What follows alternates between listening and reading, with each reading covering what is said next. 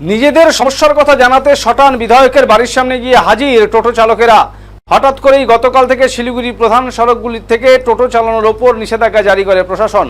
আর এতেই বিপাকে পড়েন টোটো চালকেরা। তাদের অভিযোগ, কোনো রকম আলোচনা ছাড়াই হঠাৎ করে এই সিদ্ধান্তে অসুবিধার সম্মুখীন হয়ে পড়েছেন তারা। এরপরই এদিন তারা দুপুর নাগাদ ডাবগ্রাম ফুলবাড়ির বিধায়ক শিখা চ্যাটার্জির বাড়ির সামনে জমায়েত হন এবং সমস্ত ঘটনা বিধায়ককে জানান। বিধায়ক শিখা চ্যাটার্জি এই বিষয়ে জানান, তিনি বিষয়টি নিয়ে অবশ্যই পুলিশ কমিশনার ও মন্ত্রী শঙ্কর ঘোষের সাথে কথা বলবেন যাতে দ্রুত সমস্যার সমাধান করা যায়।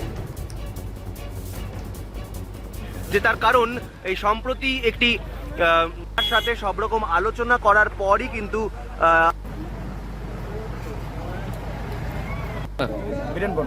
কি সমস্যাটা কি হয়েছে? সমস্যা আমাদের টোটো নিয়ে, মানে আমাদের রোড যে ছিল আগে সেই রোডে চলতে দিচ্ছে না, উঠতে দিচ্ছে না। আমাদের পকেট রোড দিচ্ছে, সেই পকেট রোডে আমাদের চলা সম্ভব না। এক গাড়ি গেলে এক গাড়ি ভাড়া হতে পারছি না, জাম লেগে যাচ্ছে। এবার আমাদেরও না, জনসাধারণের অসুবিধা হচ্ছে। একটা প্যাসেঞ্জার বসালে তারও 10 মিনিটের জায়গায় সেখানে 1 ঘন্টা লেগে যাচ্ছে। সেই প্যাসেঞ্জারও তো টাইম আছে না, সেই জন্য আমরা যাচ্ছি আমরা পকেট রোডে না, আমাদের যে রোডটা ছিল আগের থেকে সেই রোডটা আমরা চলতে যাচ্ছি। আমরা যেইভাবে চালাক, ওনারা আগে যেভাবে চালাইছিল সেভাবে চলতে দেবো আমাদেরকে। এখন ওরা হট করে ডিসিশন দিল যে কাল পকেটটা বন্ধ করে দিল, এইভাবে তো সম্ভব না। কারণ আমার বাড়িতে ফ্যামিলি আছে, তো আমার পিছনে আমি একা, আমার পিছনে 3 জন খানেওয়ালা, আমাকে তো দেখতে হবে। আপনারা তো আজকে বিধায়কের বাড়ির সামনে এসেছেন, দেখা কি হয়েছে? দিদির সাথে দেখা হয়েছে, দিদিকে বললাম, দিদি বললো যে আমি আজকে কমিশনের সাথে কথা বলবো। এগুলো অবশ্যই আমার কাছে আরও 2 দিন আগেও আসছে, শঙ্করদা বাড়িতে নাই, কলকাতা শপথ গ্রহণে গেছে। আসলে ওনার সাথে কথা বলে আমাদের সাথে কথা বলাবে এই আশ্বাস দিয়েছে। আর স্কুলে কমিশনের সাথে একটু কথা বলবে, এইসব বিষয় নিয়েও একটু কথা বলবে। এখন দিদি আমি কতদূর কী করে, তাই দিদিকে বললাম যে দিদি একটু দেখেন, চেষ্টা করে, তাহলে আমাদের গরিবদের জন্য খুব একটু ভালো উপকার হয়। আপনার নাম কি বললেন? বীরেন বর্মন। কিছুক্ষণ আগে থেকে টোটো চালকরা আপনার বাড়ির সামনে বিক্ষোভ দেখাচ্ছিল, তাদের দেখে হঠাৎ ভুল কথা।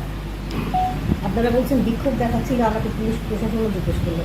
ওরা আমার কাছে এসেছে, এটা কী ব্যাপার দিদি, আমাদের ইয়ে হলো না।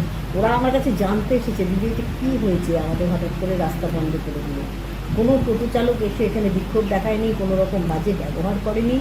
ওরা নিজেরা খুব দুঃখিত যে হঠাৎ করে বন্ধ করে দেওয়া হয়েছে, তাদের কী ব্যাপার, তাদের পেটের ব্যাপার রয়েছে, তারা সেই বিক্ষোভ কথা জানাতে আমার কাছে এসেছে।